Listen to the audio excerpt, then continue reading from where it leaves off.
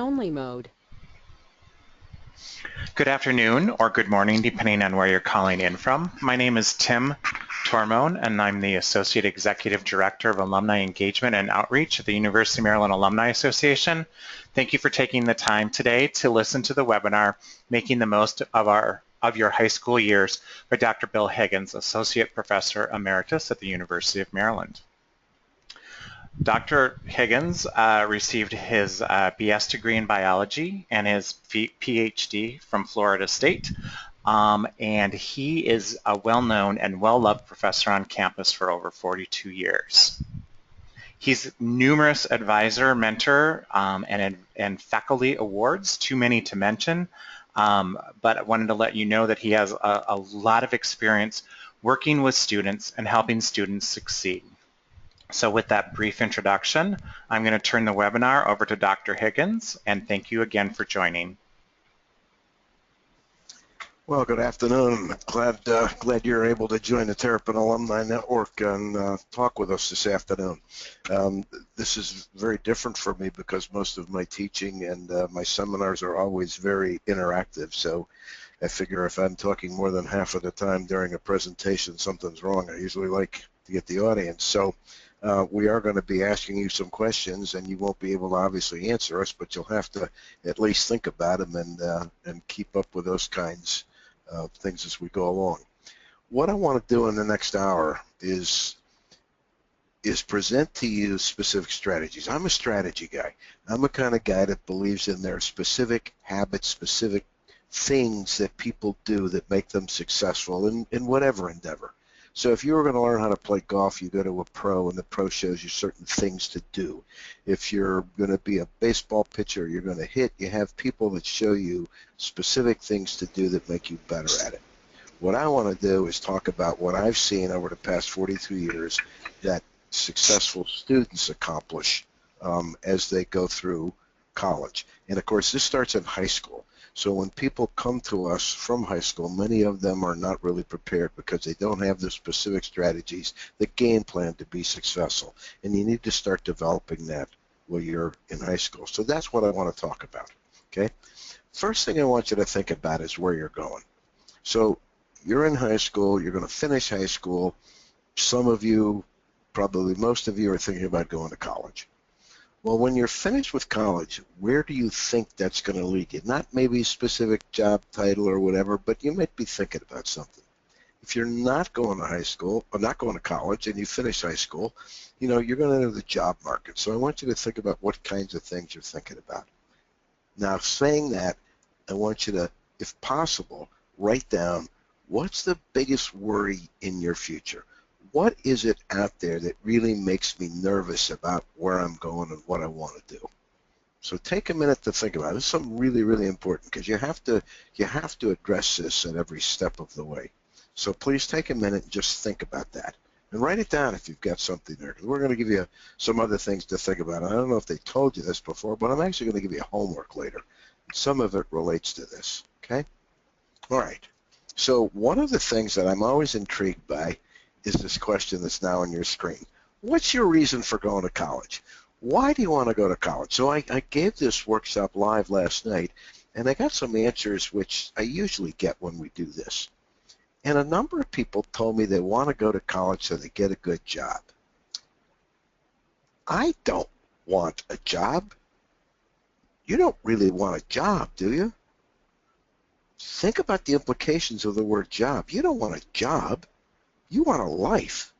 You want to be doing something where, yeah, they may pay you for it, you may work hard, but it's not a job. So you're not going to college to get a job. People told me they wanted to get educated. What does that mean? People told me probably last night, the one thing that struck me was people said they're going to college to learn how to be successful. And I think that's pretty close. But let me tell you why you're going to college. You're going to go to college to have a good time. That's why you go to college, and don't let anybody tell you any different. Now, before your parents and everybody with you are freaking out, let me explain that.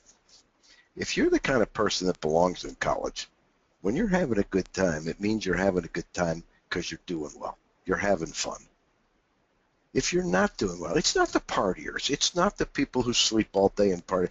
Those people are not having a good time. They're having episodes of good times, but they're really very unhappy in the long run. What I'm looking for are people who go to college, who have lives, who do what they like, and are successful.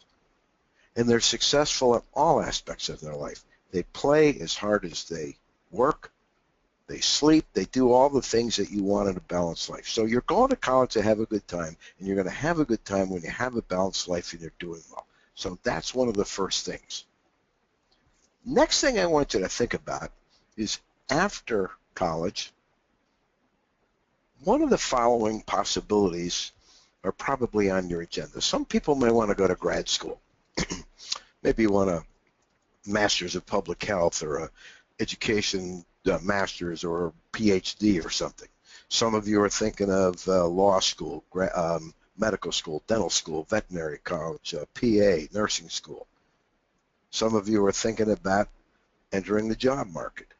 Some of you may feel you need another year or two of experience before you enter grad school or med school or the job market. So you might be thinking about an internship.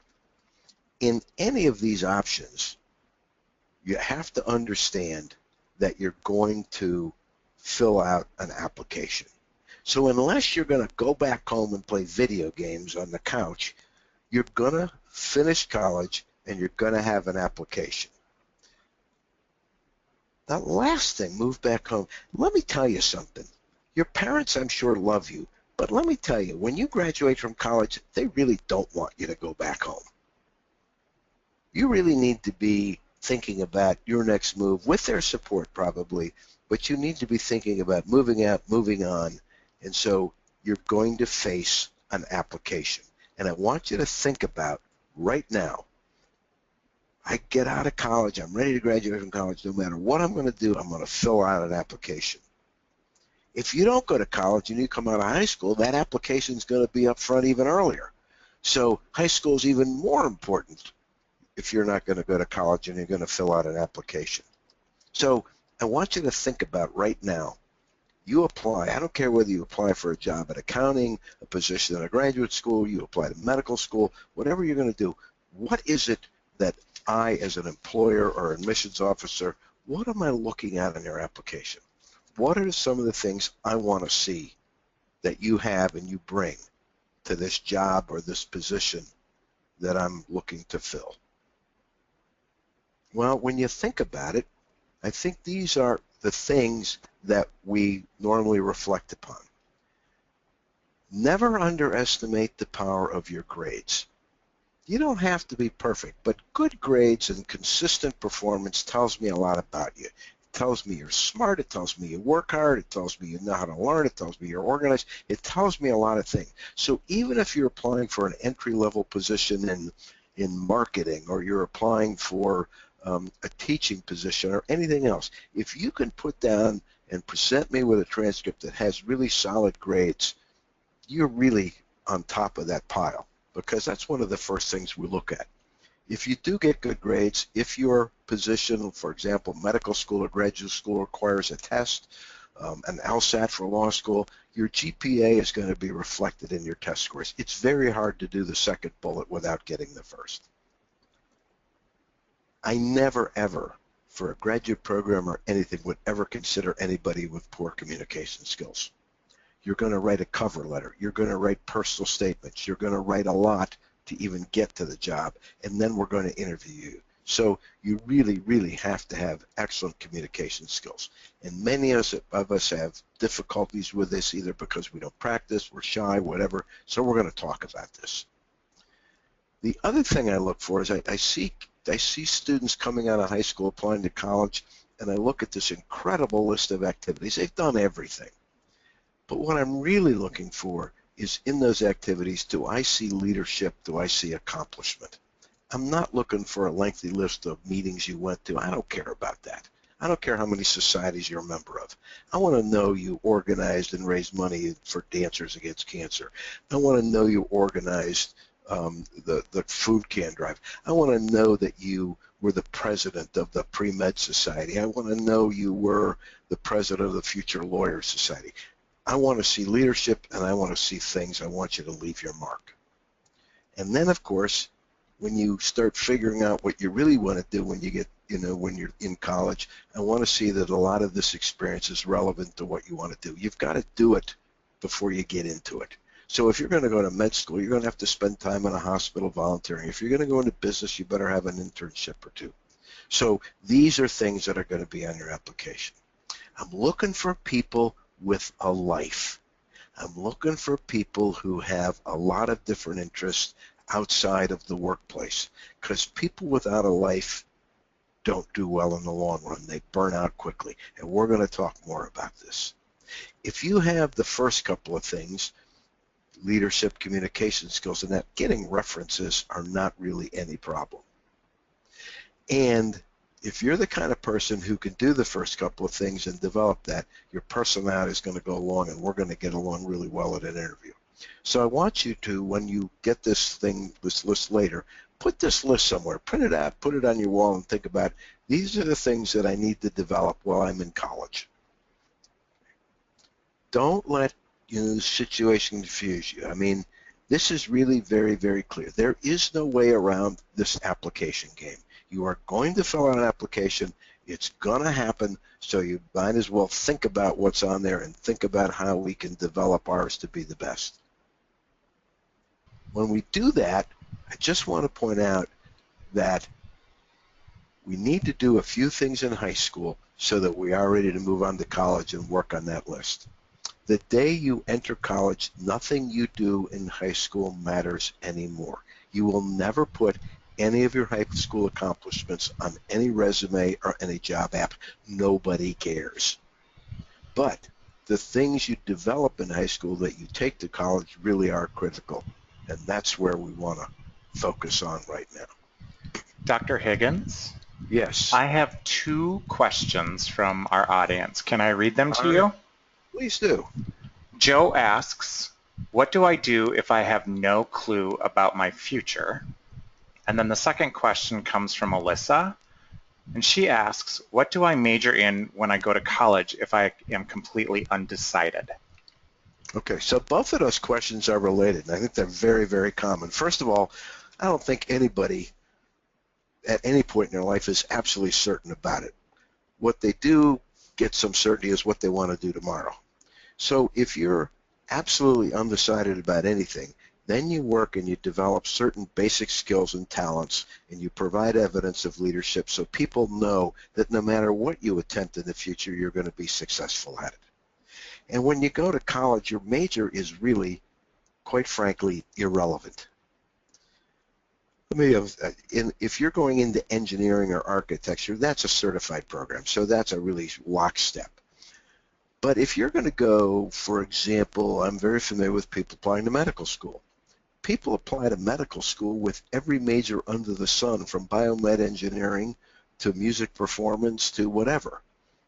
So it really doesn't matter as long as along the way you pick up the prerequisite courses and get the right internship. So it doesn't make any difference what you major in. What you find out is what you like, what you're excited about, what you're passionate about. You major in that, and you figure it out as you go along. You can't pre-plan something when you haven't been through the system.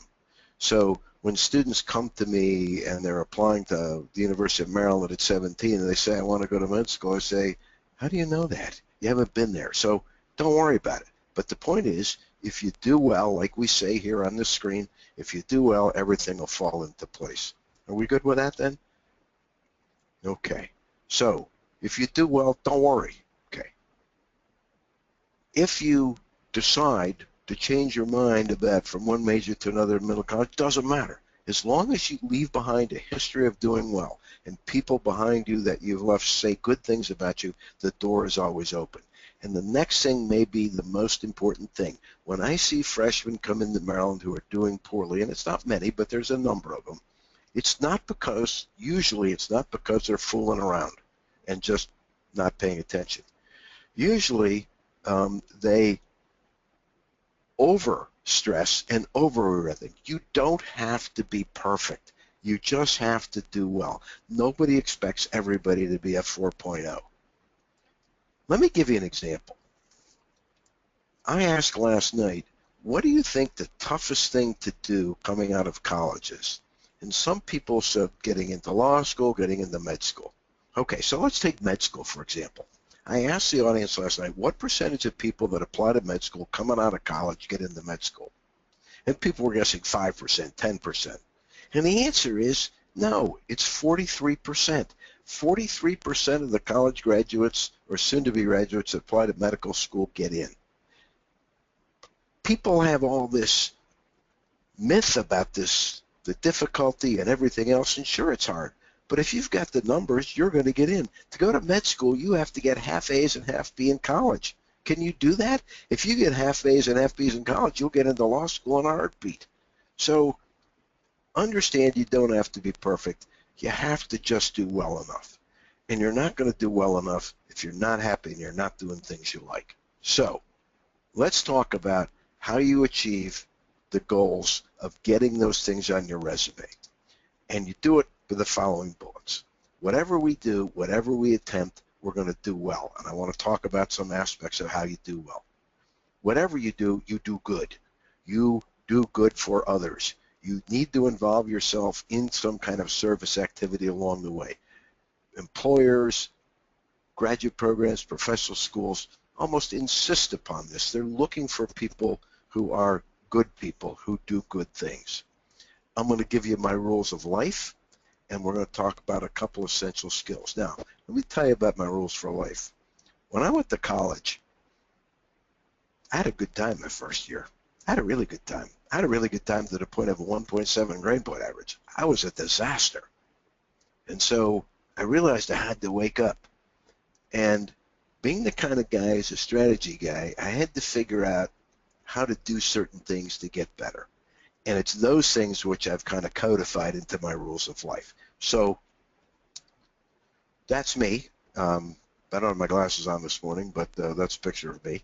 And those of you who know me know the resemblance right there. So I want you to pay attention to these. And rule number one is really simple. Life and education aren't spectator sports. Show up. Now, there's two parts to that, two different meanings to that. If I'm teaching freshman biology in the fall, I will have 165 students in the class. Where do you think my A students sit? Yeah, they're up front. And I know the first three rows and talk to them by name. They're also there all of the time. If I start the class Labor Day week in September, by the third week in October, any given Friday lecture, I will not have more than 65% of the students in lecture. I don't know where they are, but they ain't there. So the two parts of that are that you have to show up consistently, whether it's a lecture or something you're involved in, and you have to show up and participate. You can't go to a class and sit there and drool. So when you go to your high school classes, if you've got an option, get used to the fact, sit up front, participate, because that's how you learn. You can cut your learning time and increase your retention and increase a lot of other skills simply by sitting up front, paying attention, and participating. You also then, by doing that and answering questions and communicating with me as a professor or the teacher, you develop your confidence. You should never be afraid to ask a question.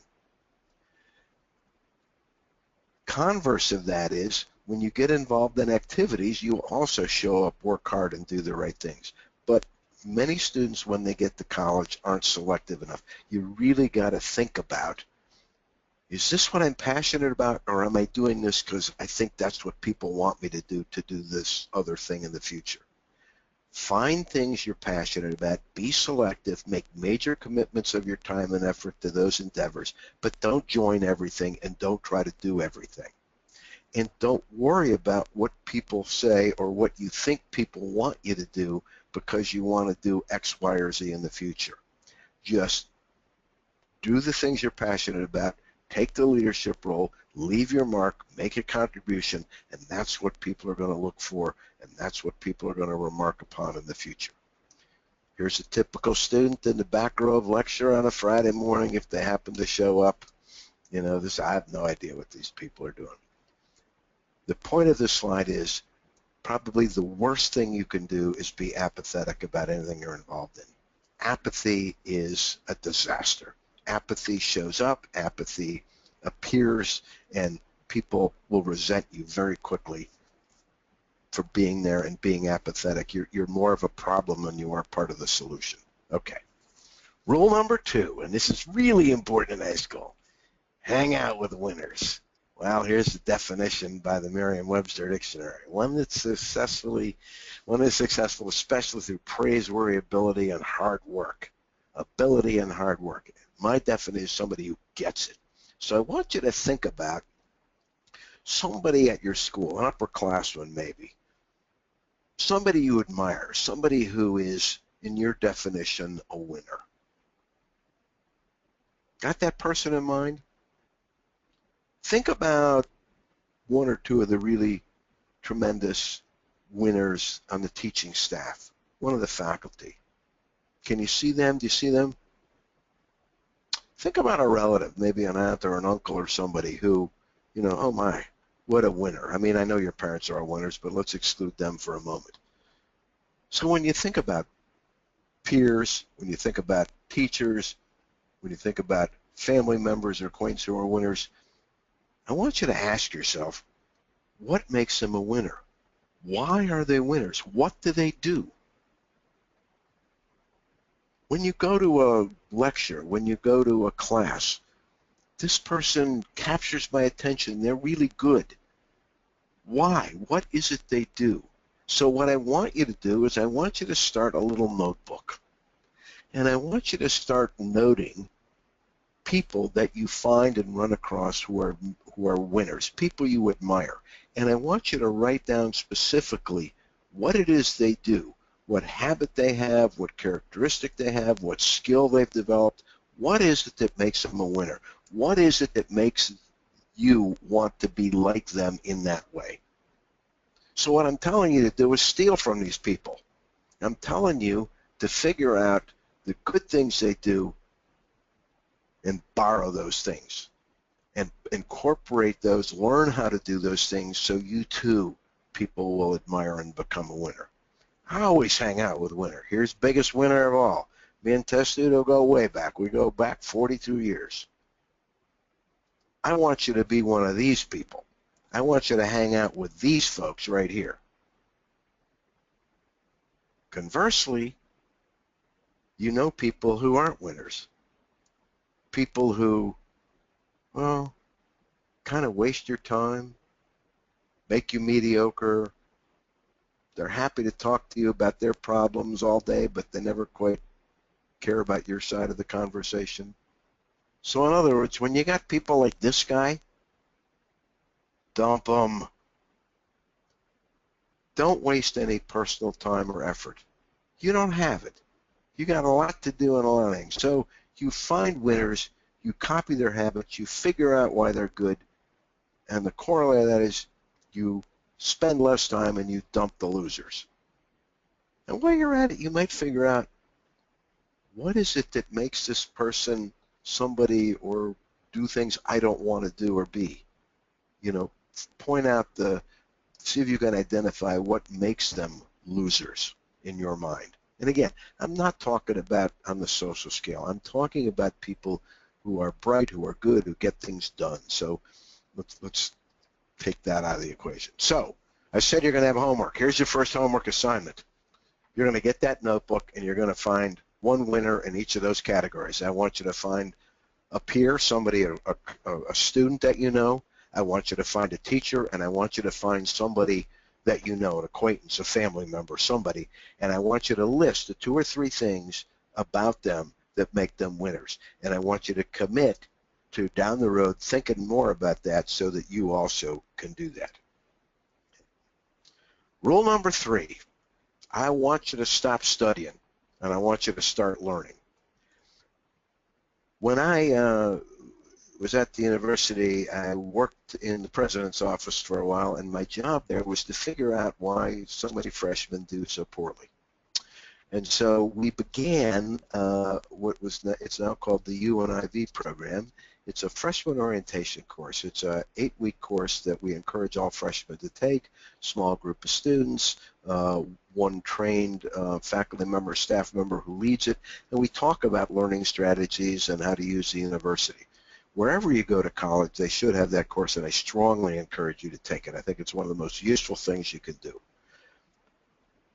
What I noticed in developing that course and when I interviewed a lot of freshmen is they don't know how to learn. They bring to us all of the various, quote, strategies that they got by with in high school. When you get to college, it doesn't work anymore for many people.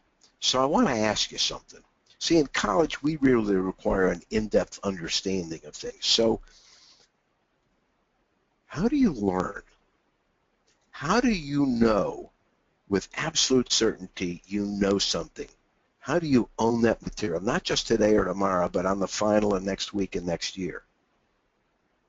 I've strived for this my whole life because I have for 42 years taught pre-medical physiology. I have 2,500 former students who are doctors and dentists. I want to make sure when they're treating you, they remember what I taught them way back in their past. So how is it you know something? When do you own that material? And the answer is, if you can't teach it, you don't know it. So what I'm telling you is, when you study, when you start studying, think about, what does study mean? I don't want you to study. I want you to learn. And so what you do is you teach it. You draw the picture. You tell the story. So find somebody who may be struggling. Explain it to them. If you can explain it to them, you understand it. And when you get hung up on something you can't explain, then you've identified what you don't know. So let me just tell you a couple things. Number one, I was very popular in college because I wasn't that smart. So the smart people wanted to study with me because they figured if I could teach Higgins, man, I know this stuff. And the second part of this business about teaching it, is that it's really, really, really important to figure out what you don't know. And teaching it, you learn that. Let me tell you what's going to happen in college. So you're gonna get to college. Now let's say you're in your freshman course, and I don't care whether it's psychology or sociology or biology, whatever.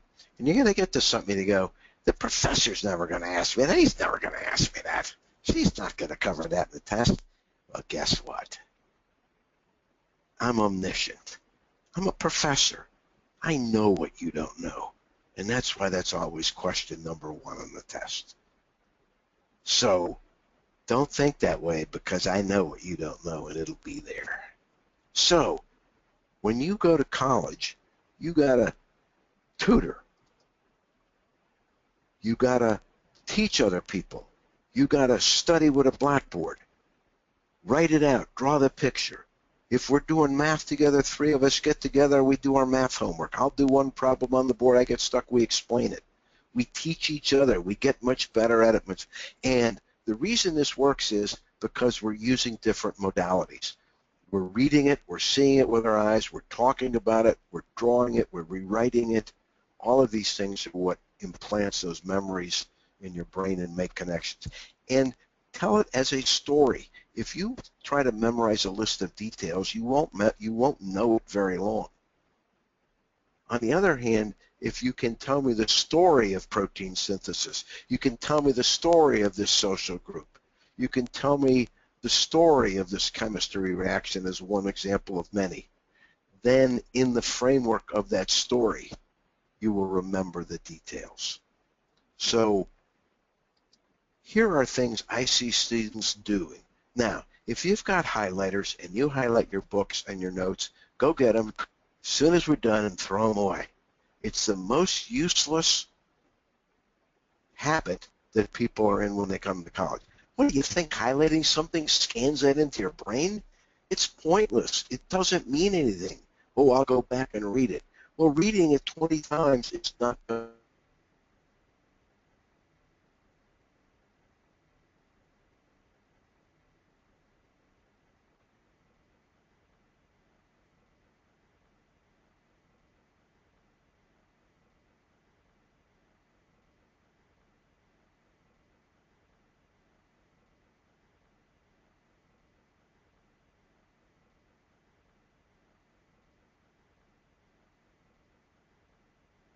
exam doesn't work either. Let me tell you what happens in college. Most of the students who come to Maryland have rarely, if ever, had a C. About 75% of the freshmen, when they take their first round of midterms, will get their first C or work doing steps 1, 2, and 3 instead of what I say. Now, if I give you one tip when you get to college, and even in high school, I think this probably will be good for you. If you're taking my class, the first thing you do is you find people who've taken my class and you get my old exams and quizzes. And when you've finished your studying, you see if you can answer the relevant questions on to that material. If you can explain the answers, not only come up with the answers, but explain why that's the answers, you own that material and you'll be an A student and you don't need to worry about it. Okay? Yeah, all-nighters don't work. You're not night people. You've got to show up. You got to show up for my class wide awake, alert, with your A game. So, Mr. Tim, do we have any questions coming in at this point? Yes, we do, Dr. Higgins. I have a question from Saeed. Can you give me one specific thing you did to learn to get good grades? Yeah. I tell you what I did. I started tutoring. I started teaching. When I went to college, we didn't have a diagnosis of ADHD, but I know I suffered from it because, in lecture it just was like I couldn't focus. It didn't really matter.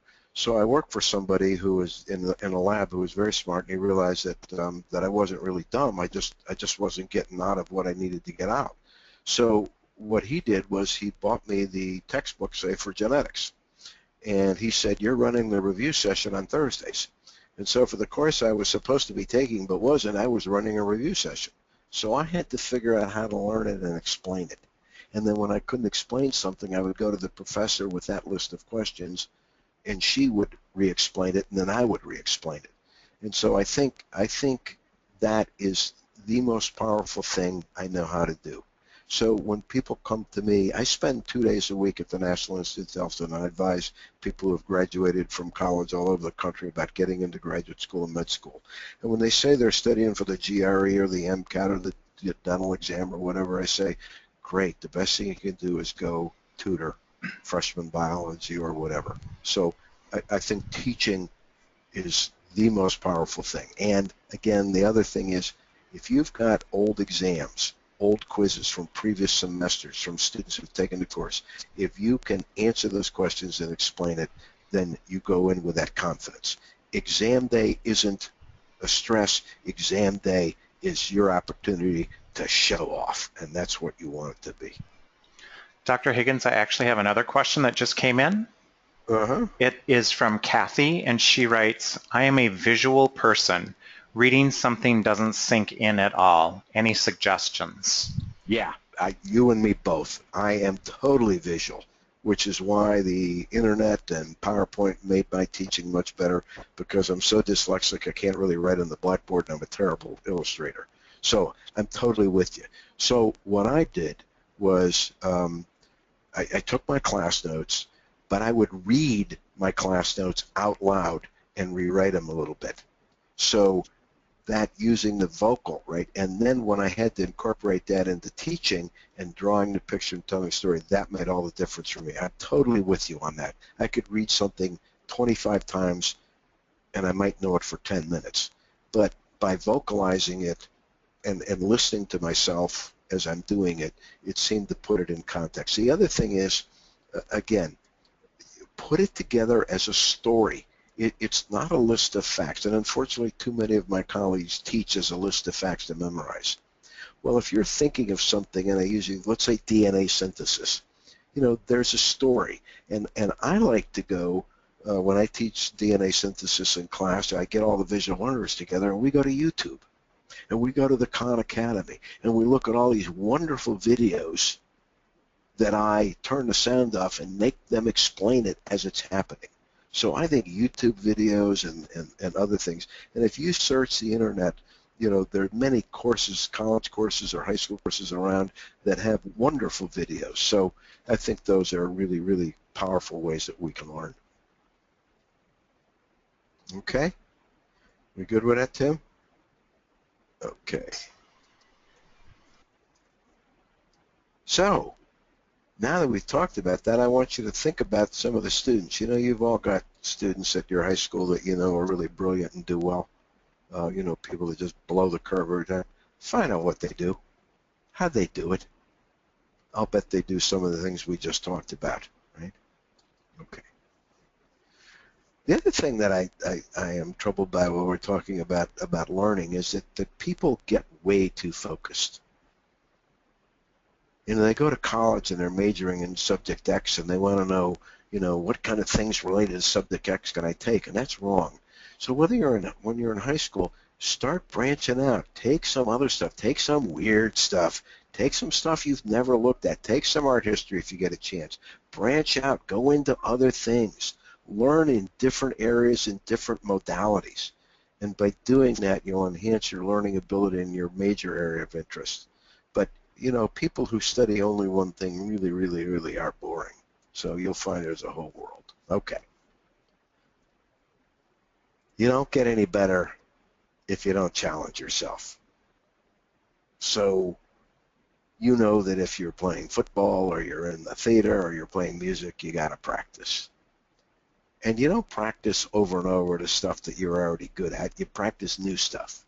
And so what I want to get you to do is take yourself out of your comfort zone. So right now, I want you to think about one thing that I really am uncomfortable with. One thing that I'm really not, whoa, wow. So let me think about that. How many of you are afraid of public speaking? How many of you are afraid of spiders?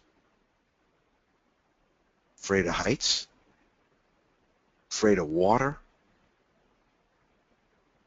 Afraid of meeting new people? Whatever. Whatever really freaks you out and makes you uncomfortable, I want you to identify that, okay? And then I want you to understand you only get better by stepping out of that comfort zone. So when I talk to people who are interviewing for college or interviewing for med school or a job or something, oh, I'm really paranoid, I'm really freaked out by this interview. Well, the people who say that are people that have never challenged themselves. You're not going to get better at anything if you don't put it on the line and step outside yourself. My observation about life, there's only two kinds of people in the world. Those of you that played sports, those of you that played music, those of you that were in the theater, you understand that when the curtain goes up or it's time to take the penalty kicks in a soccer game and the adrenaline kicks in, that's when you find out those two kind of people. The first kind of person, the kind of person we're looking for is somebody who lives for that moment. That moment is what I strive to do. I want that challenge. The adrenaline makes me better. And you know what?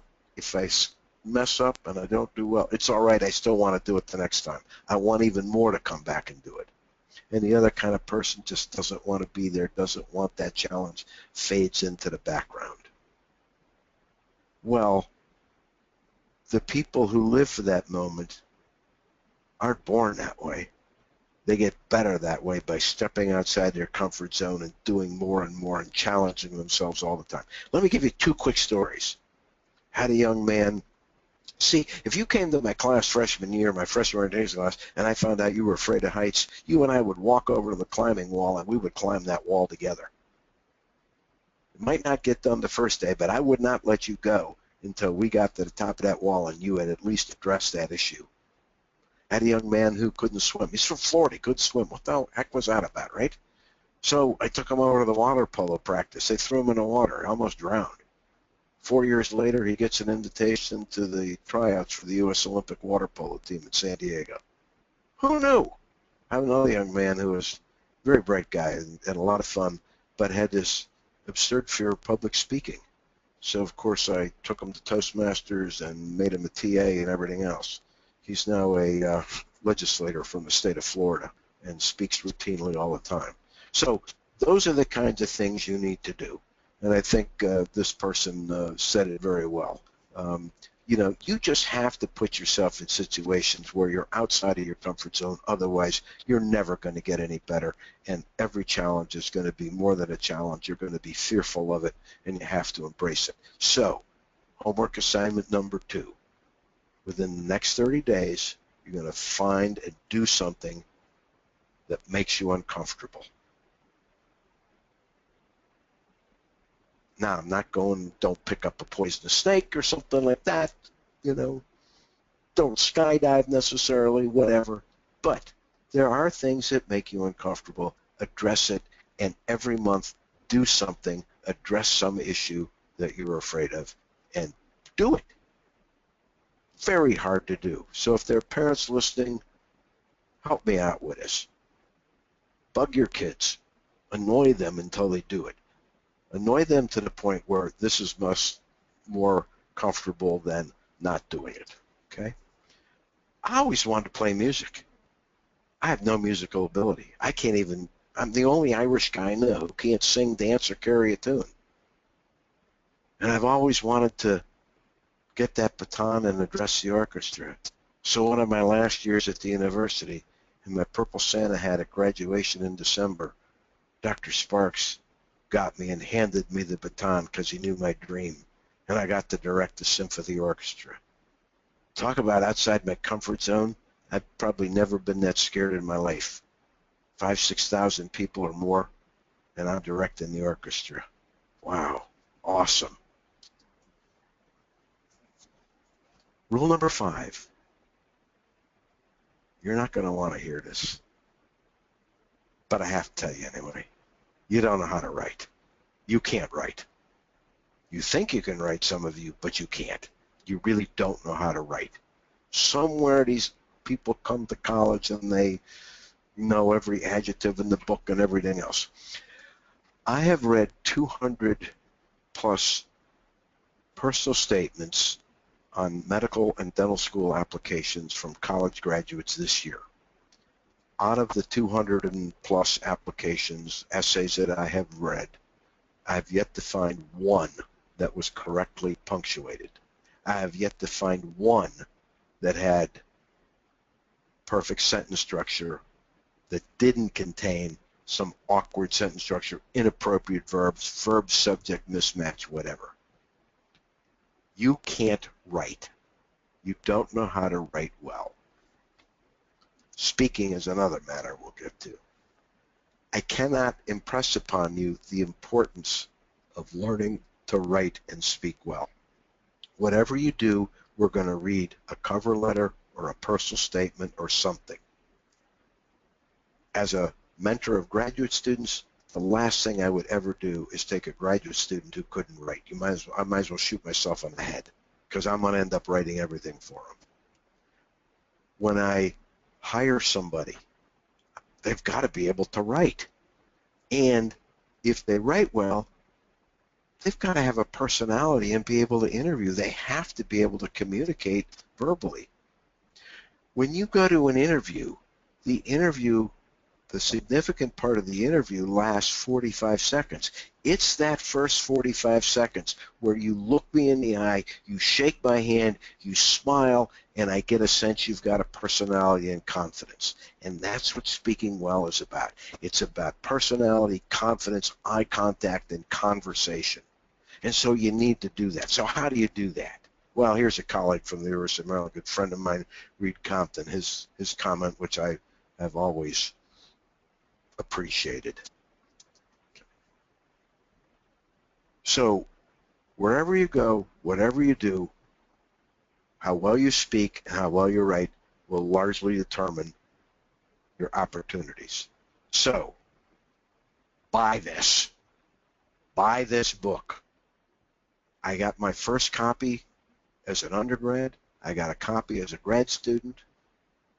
E.B. White is the person who wrote Charlotte's Web.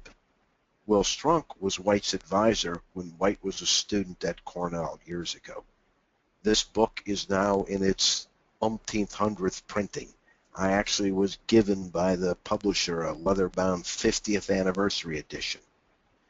Buy it. It's a very small book, maybe 120 pages. is the most useful thing to read a couple of times every time before you start to write something. Put this into practice. It's full of good examples, and you go, ooh. The second thing you got to do about writing is you've got to find an editor. I need you to take the English class from that person who is a real bear. I need you to take the high school English class from the person who is most critical, is just the person you fear the most, the meanest person. Because when you learn to satisfy them, when you learn by getting your papers back with more red ink on it than you originally put on it, then you're doing something. Public speaking, you got to practice. You got to stand up in front of the mirror, deliver the speech. It builds confidence. It spills over into many other things. If you're a good public speaker, you don't have to worry about first impressions, right? And so what I want you to do when you go to a class or you go to a lecture or you go to a seminar, why is that person so good at it? What are the things they do? Write them down in that book we talked about before and copy their techniques, copy their strategies. At some point, when you get into speaking and that, film yourself, watch yourself. Ooh, that's painful, but it'll be very good and help you, right? So do that. Homework number 3. Find someplace, do it. It'll be painful. You might not be good at it at first, but it's something you have to be good at down the road. There's no way around it. So, best way to do it, put yourself out there, practice. The other thing, we talked about role models and copying things good, successful people do. Next time you go to and you hear somebody speak who's terrible, why were they terrible? Make a list of that and avoid those things too. Okay. Rule number 6 goes along with stepping out of your comfort zone, and rule number 5, which is about learning to speak. Meet people. Every day, every week, go out of your comfort zone and meet new people. So I want you in the next 2 weeks to meet somebody totally out of your normal routine and environment. You get on the 7-Eleven, there's that homeless person hanging out, introduce yourself. Find out what their story is. Go into a shelter or a soup kitchen. How about meeting that somebody you've always looked at and go, wow, I really like them. Meet them. Introduce yourself to a teacher outside of class. Again, do this routinely. Make it a habit. Make it a point in your life to do this. Again, it will be what's the worst that could happen? Somebody brushes you off. So what? Doesn't matter. But if you don't practice and learn how to do these things, you're not going to. I think somebody paid me a compliment. I spoke somewhere recently, and somebody paid me, I think was one of the highlight compliments of my life. She said, Dr. Bill Higgins has never met a stranger. And I think that a lot of my success is my ability to walk into a room and meet anybody and talk with anybody. And you need to develop that skill. All right. The next rule. When in doubt, apply the Ask Mom rule. So I want you to think, in high school and in college, anytime you're thinking about doing something, ask the following question. Is this something I would tell Mom about? If the answer to that question is no, then you probably ought to rethink it. So you'll save yourself a lot of trouble if you apply the Ask Mom rule. Okay. Rule number 7. I gave a workshop to high school students a couple of weeks ago at the NIH, and the first question from the audience was from a 16-year-old, to be 17-year-old student who's going to be a senior in high school. And her first question was, how am I going to pay for med school? She's 17 years old. She's never done anything but a little candy striping in a hospital. She has no idea that she wants to be a doctor is cut out for it. But she has her life scripted. When I talked to her, she knew what college she was going to. She had mapped out her major. She had mapped out her activities. She had everything scripted. It was ridiculous. She was not going to have any life.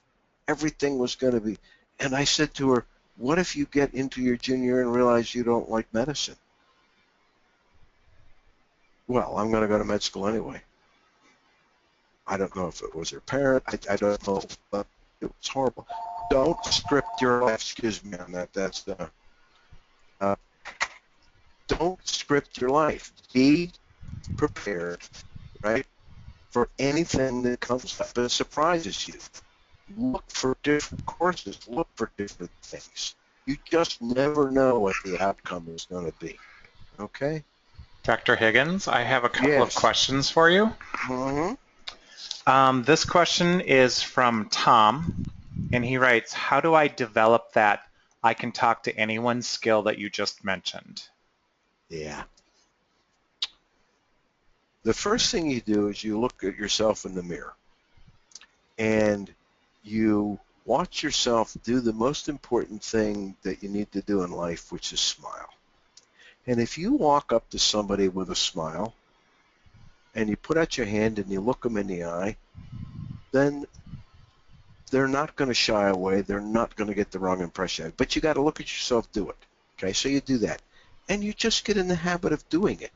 I mean, what is it that makes us afraid to walk up to another human being and ask them a question? The other trick to that, I think, is you ask them a question about something you know they're not afraid or they're willing to talk about. So, for example, so you're a Yankees fan there. Gee, that's too bad. I'm really sorry about that. Or, you walk up to somebody and you go, wow, that's a great coach purse. Whatever. Just make them comfortable talking about something about them, and the story will come out. I can't begin to tell you the number of interesting people and contacts I've made around the world, just sitting down in an airport lounge and making idle conversation with people. And it's a skill you've got to have in many of your professions, in many of your future jobs. It's really important that you do that. Okay. You got anything else, Tim? Yeah, the second question is from, and I'm sorry if I pronounce this wrong, Monahana. I am way too shy to get up and meet someone or to speak in public. I know I'll just fumble and mess it up. How can you help me? You know what? You're probably going to get up and fumble and mess it up. You're right. You absolutely probably will. I was horrible. I was tripping all over myself the first several times I did it. Does that mean that you never do it? Does that mean you spend your life in a corner? No. You just got to do it. You got to get up and practice. So I think the key to that, though, is find a less fearful audience to start with. So I think speaking in front of a group of peers sometimes is probably not the best environment. But you've got to figure out something. So unfortunately, I don't know that there is a Toastmasters organization for high school age students. I know Toastmasters is very active with college, so when you get to college, join Toastmasters. It's a very friendly environment that people help you. Take speech classes. Do whatever you need to do. And the other thing is, why am I shy? What is it specifically that I'm worried about? Am I worried people are not going to like me? Or am I worried people are going to think I'm dumb? I don't know what the issue is for me. It was just I would worry that I wouldn't know what was coming next. And you just have to do the normal pauses and think.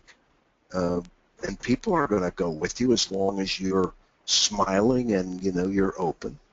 And I guess the other thing about this is you have to understand that this is a a thing that you are going to have to do your entire life. You are never going to be successful and be happy and be fulfilled and make a contribution if you are somebody who has the back desk and the back cubicle and we can't put out there to meet people. So it's just something you really, really, really have to do.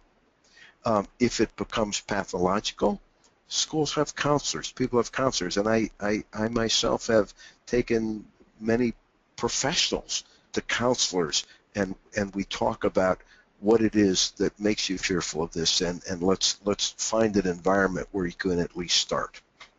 So I think if you start by asking yourself, what makes me afraid?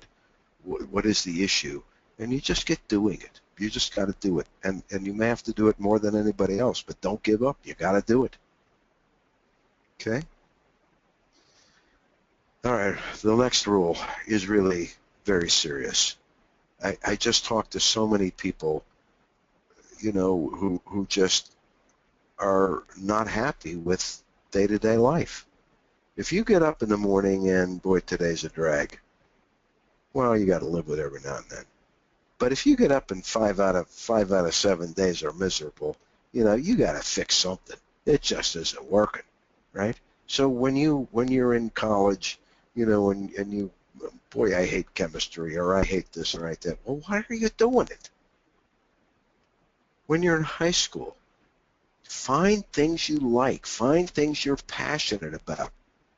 Well, if I go into art, I'm never going to get a job. Well, maybe you don't get a job in art, but at least you do it on the side, so it's there in your life and it's fun. Those of you that play music and do artwork, when you go to college, take your instrument, take your art stuff. Don't leave it behind. I mean, at least you'll be able to annoy your roommate with your flute, but it's something that you're good at, you're passionate about, it gives you enjoyment. Don't lose that.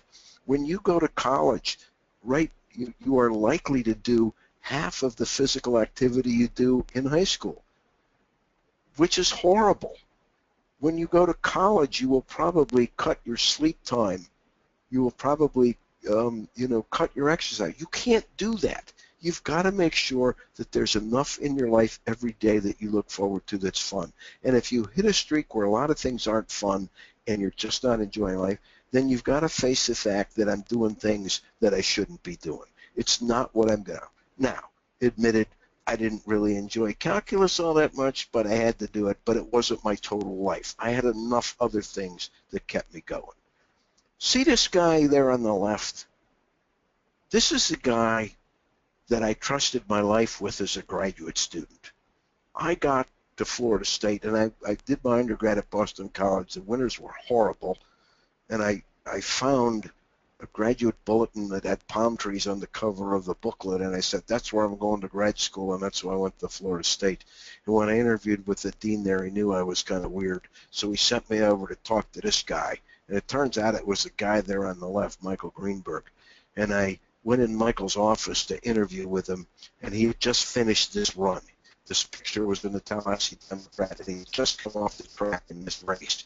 And he's sitting there dripping wet in a T-shirt, and the air conditioning in the back of the building in June in Tallahassee was off, so it was 100 degrees, and he's sweating, and he was totally insane. He's the most fun guy I've ever been around. He's got a million ideas. He runs. He's still alive. He does all these wonderful things, and everything was, he made a game of everything. He made a challenge of everything. He just had the most positive attitude about life of anybody I've ever been around. So I knew right away I'd found the mentor for my graduate work. Of course, I didn't realize at the time we were talking until we stood up and shook hands. He wasn't wearing any pants because I walked in on him as he's changing his clothes after this run, but whatever. So life and approaching it and enjoying every day is really, really, really important. When you're stressed, I want to ask you a question.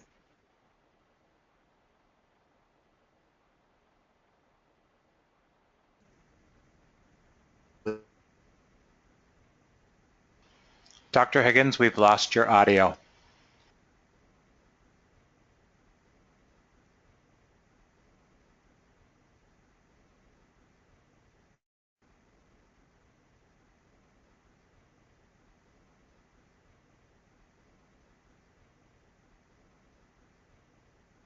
Dr. Higgins, can you hear me?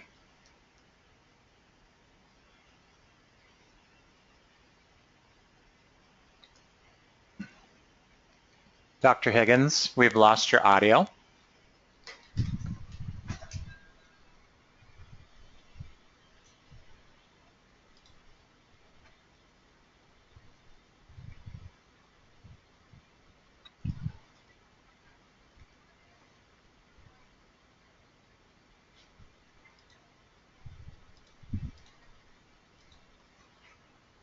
Fixing it means you figure out what it is that is causing me all this anxiety and that I'm worried about.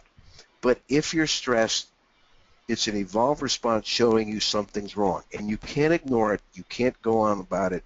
You just have to figure out some way of dealing with it. You should be doing this. There. So, Tim, are you there?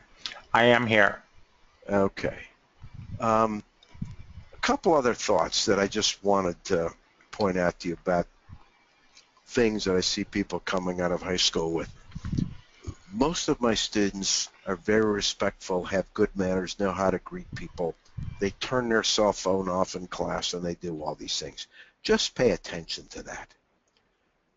Don't put too much of your life on the internet. That will come back to bite you in ways you cannot imagine when you get to college. So start in high school and understand and be selective with your life and your personal details. Remember what we said before. You need to do well, you need to do good, but you don't have to be perfect. And finally, when you do leave high school and go to college, call your mom frequently. Okay, so here's your homework. 1, you're going to find a winner. You're going to identify somebody you admire, a couple of people in a couple categories, and you're going to write down and specifically note what it is about them that in your mind makes them a winner.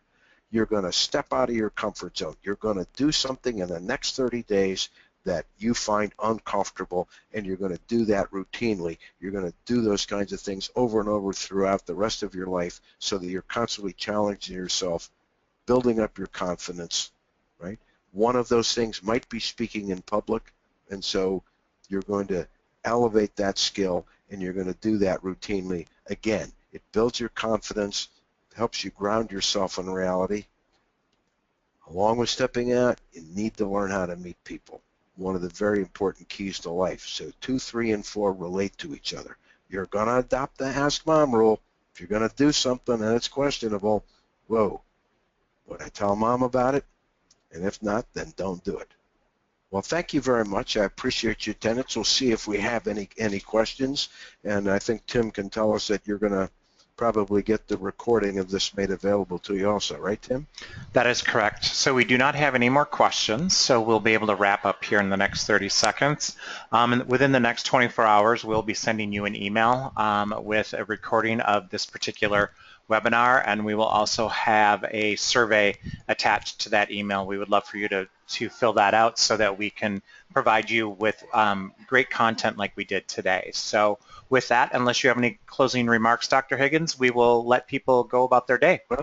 Well, thank you very much for joining us, and I urge you to visit the university at some point, especially those of you in high school. Make sure you come and look the place over, and do good, do well.